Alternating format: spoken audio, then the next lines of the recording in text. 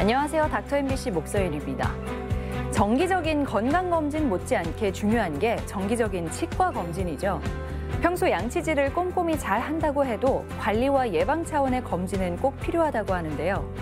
오늘은 치과를 방문했을 때 환자들이 가장 많이 하는 질문들을 중심으로 전주 미소 심는 치과 임명진 원장과 함께 자세히 이야기 나눠보겠습니다.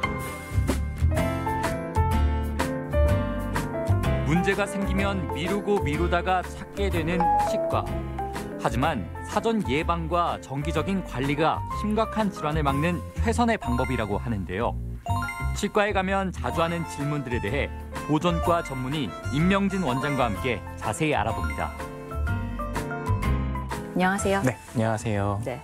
제가 조금 전에 양치질을 아무리 잘해도 주기적인 검진이 필요하다고 이야기했잖아요.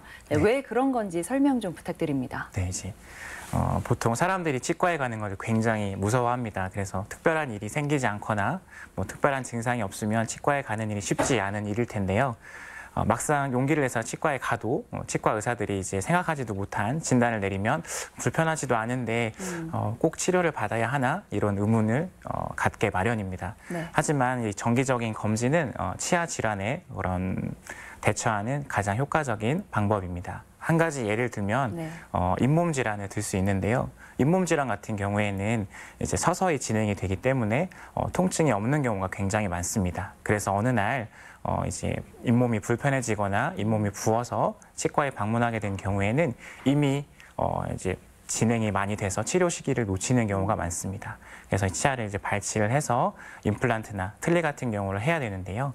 이렇게 이제 임플란트나 틀니 같은 경우를 하게 되는 경우에도 이미 잇몸뼈가 많이 녹아버린 상태이기 때문에 추가적인 뭐 시술이랄지 비용이랄지 뭐 이런 내원 횟수가 증가하는 등의 문제가 생길 수 있습니다. 그리고 대한치과의사협회의 자료에 따르면 우리나라 전체 인구 중에서 약 한 6%만 정기적으로 구강검진을 받고 있다고 합니다. 그런데 서양이나 유럽의 여러 나라의 그런 정기검진이 일상화된 나라의 통계를 보면 그 나라들에서 치아 발병의 유병률이 굉장히 현저하게 낮음을 알 수 있습니다. 그래서 이제 정기 검진은 가시기는 어렵겠지만 가장 작은 비용으로 가장 큰 효과를 낼 수 있는 효과적인 방법이라고 할 수 있습니다. 네, 안타깝게도 말씀하신 것처럼 특별한 통증이 느껴지지 않으면 잘 안 갖는 게 지금의 현실이죠. 네, 맞습니다. 네. 근데 문득 치과를 떠올릴 때가 언제냐면 이제 찬물을 마시거나 뭐 질긴 음식을 씹다가 찌릿한 통증을 느낄 때가 있거든요. 그럴 때는 뭔가 문제가 있겠거니 해서 치과를 찾아야겠다 생각을 하는데 막상 또 검사를 해보면 뭐 충치도 아니고 잘 모르겠는 경우가 있거든요. 네, 맞습니다. 이제 환자분의 경우에 이제 뭐 단단하거나 뭐 질긴 음식을 먹을 때 좀 한 번씩 찌릿했다. 그리고 뭐 차가운 걸 먹을 때 좀 불편했다라고 해서 근데 뭐 오래 지속되지는 않고 그냥 금방 끝나더라라고 해서 오시는 분들이 많은데요.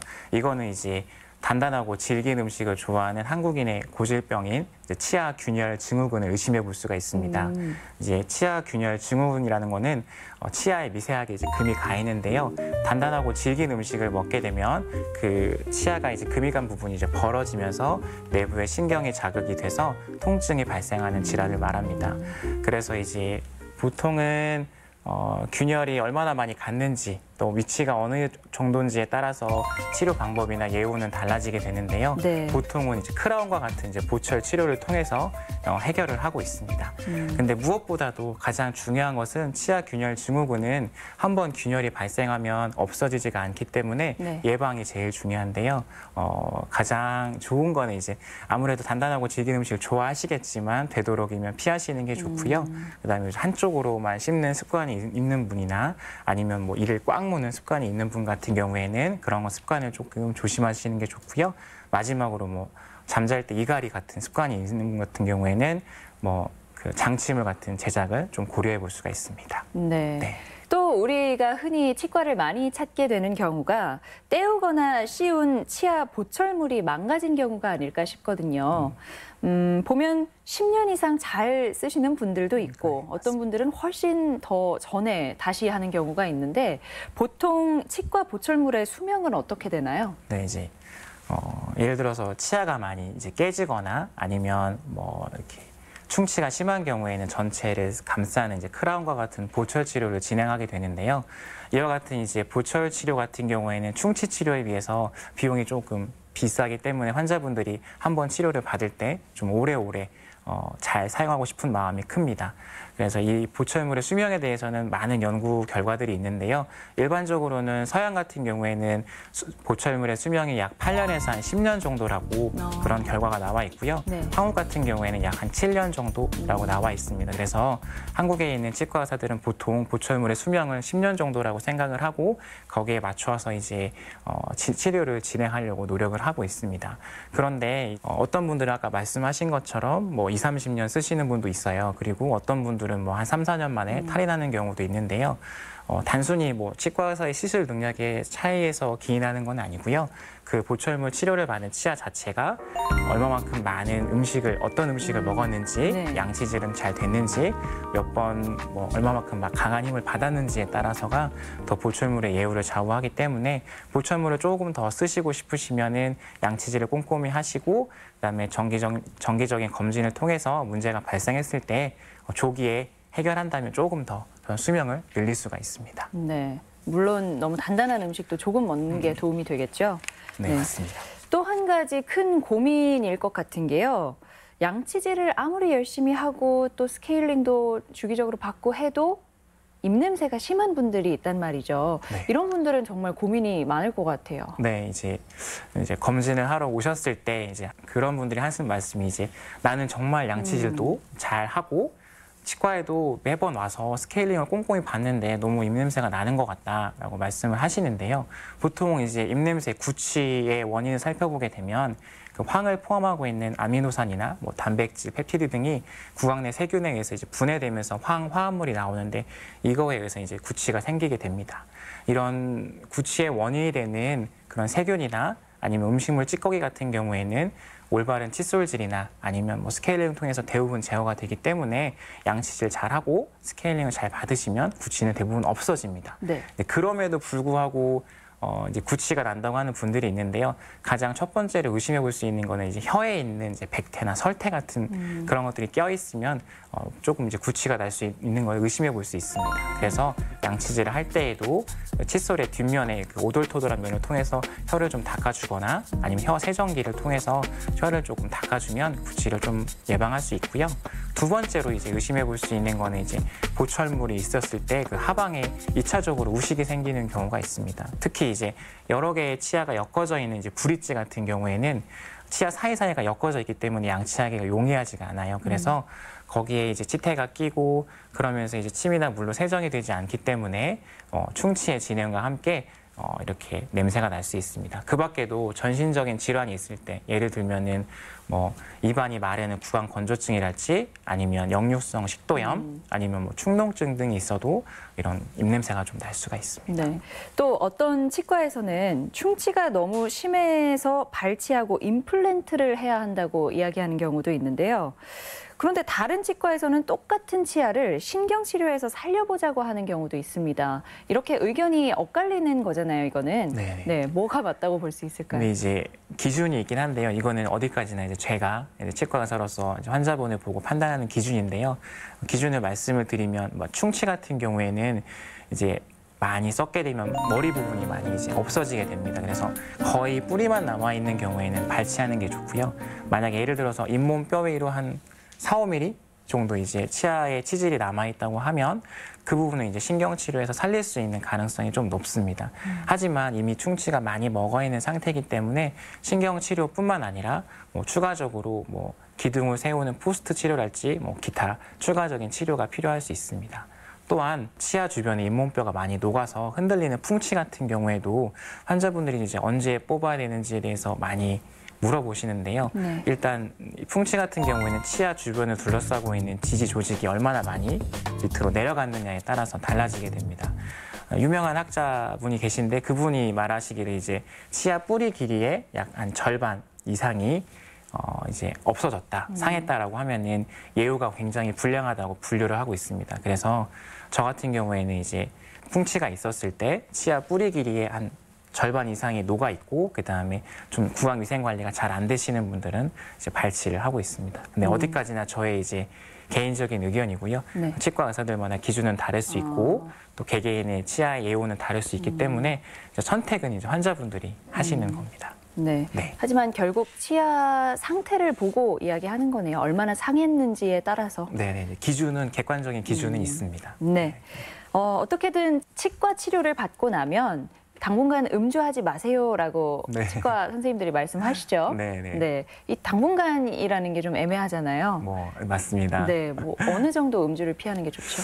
이제 치료를 하고 나서 이제 다 끝나면 제가 이제 의자를 일으켜 세울 때 환자분들이 이제 오늘 술 먹어도 되나요? 막 이렇게 말씀하시는 분들도 종종 있는데요. 당연히 저는 이제 드시지 않는 게 좋다고 말씀을 드립니다. 여러 가지 조금 부작용이 있을 수 있는데요. 첫 번째가 이제 발치나 아니면 임플란트 같은 이렇게 피가 나는 수식을 받았을 때에는 음주를 하면 혈액순환이 좋아지기 때문에 피가 잘 멈추지 않을 수가 있습니다.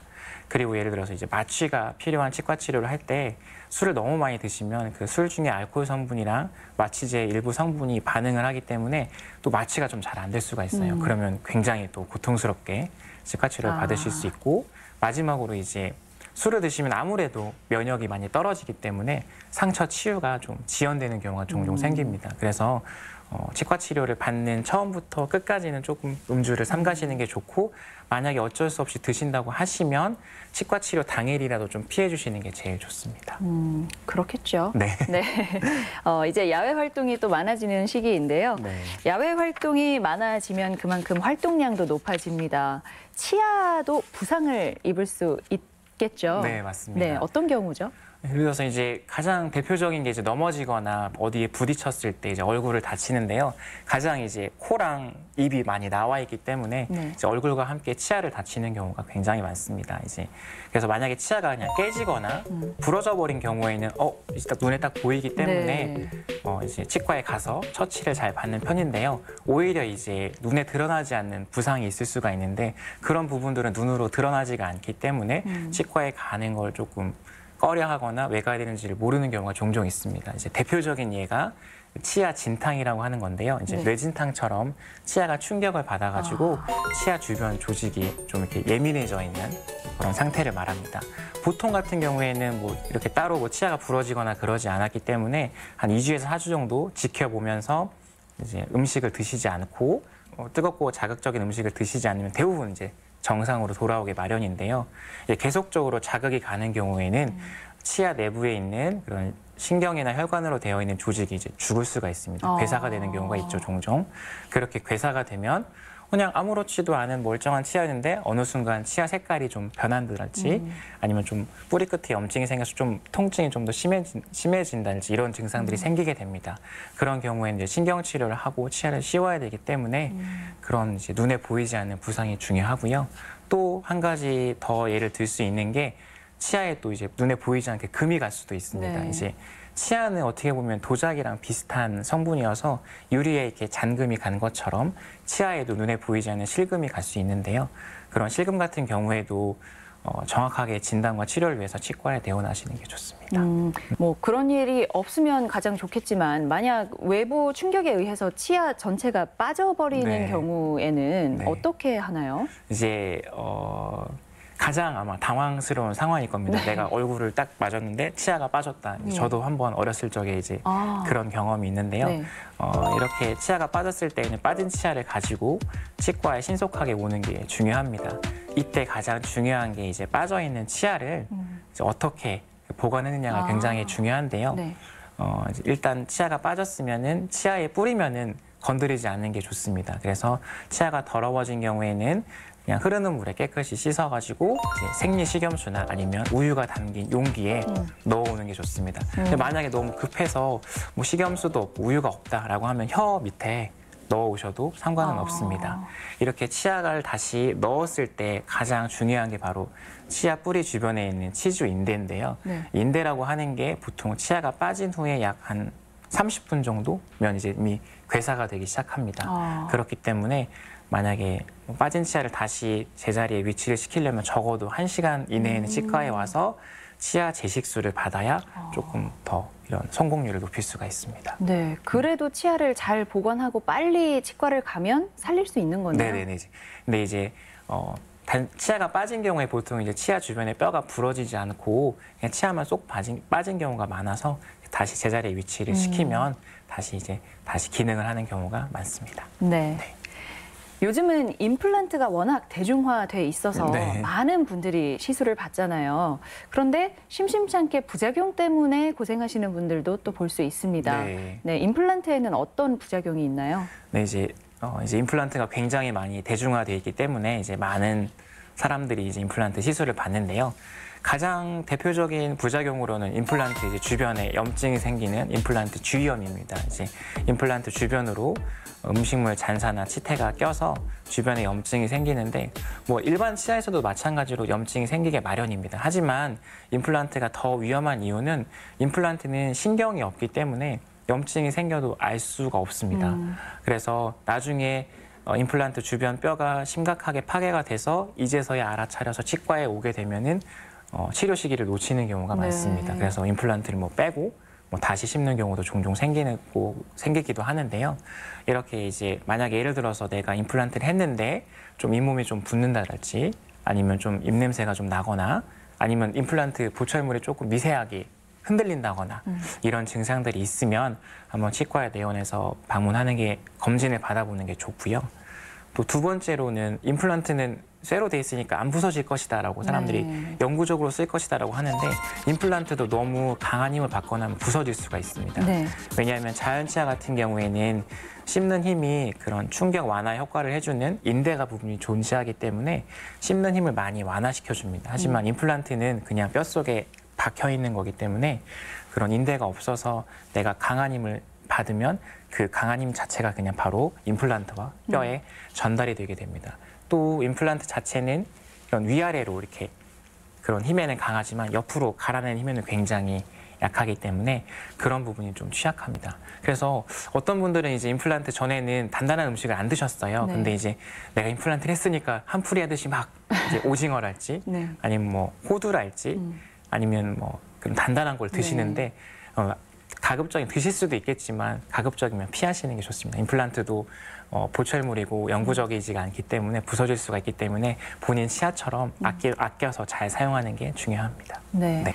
여태까지 비급여 항목이었던 레진 치료가 이제 보험 적용이 되죠. 네, 좀 더 자세히 설명 부탁드립니다. 네, 이제 2019년 1월 1일부터 근데 이제 대상이 만 12세 이하의 어린이를 대상으로 영구치에 충치가 생긴 경우에 이제 광중압형 복합 내진이라고 하는 충전 시술이 이제 보험 적용이 되고 있습니다. 이전까지 이제 만약에 치과에 와서 환자가 충치 치료하겠습니다라고 했을 때 환자가 선택하는 비율이 약 82.2% 정도가 이제 복합 내진으로 치료를 받았는데 이제까지는 아말감만 건강보험이 적용되어서 환자분의 의료비 부담이 많았습니다. 그래서 현재 이제 건강보험이 적용되면서 복합 내진 충전을 할 때 한 개당 한 8에서 9만 원 정도였던 비용이 지금 2만 5천 원 정도로 많이 내려갔는데요. 근데 안타깝게도 이제 만 12세 이하의 어린이에 한해서만 적용이 되고 있습니다. 그래서 이제 보건복지부에서는 향후에 이제 건강보험의 적용성의 효과를 검증한 다음에 연령층을 확대할 계획이라고 하고 있는데요. 아직은 이제 언제 구체적으로 나와 있는 계획은 없습니다. 다시 한번 말씀을 드리면 적용 대상은 만 13세 생일이 지나지 않은 만 13세의 어린이를 대상으로 하고 있고요. 적용 범위는 유치가 아닌 영구치에 충치가 생겨서 이제 광중압형 복합 내진 충전을 할 때 이렇게 보험 적용이 돼서 부담이 많이 내려간 상태입니다. 네, 오늘은 보존과 전문의 임명진 원장과 함께 치과를 방문했을 때 많이 하는 질문들에 대해서 알아봤습니다. 오늘 말씀 고맙습니다. 네, 감사합니다.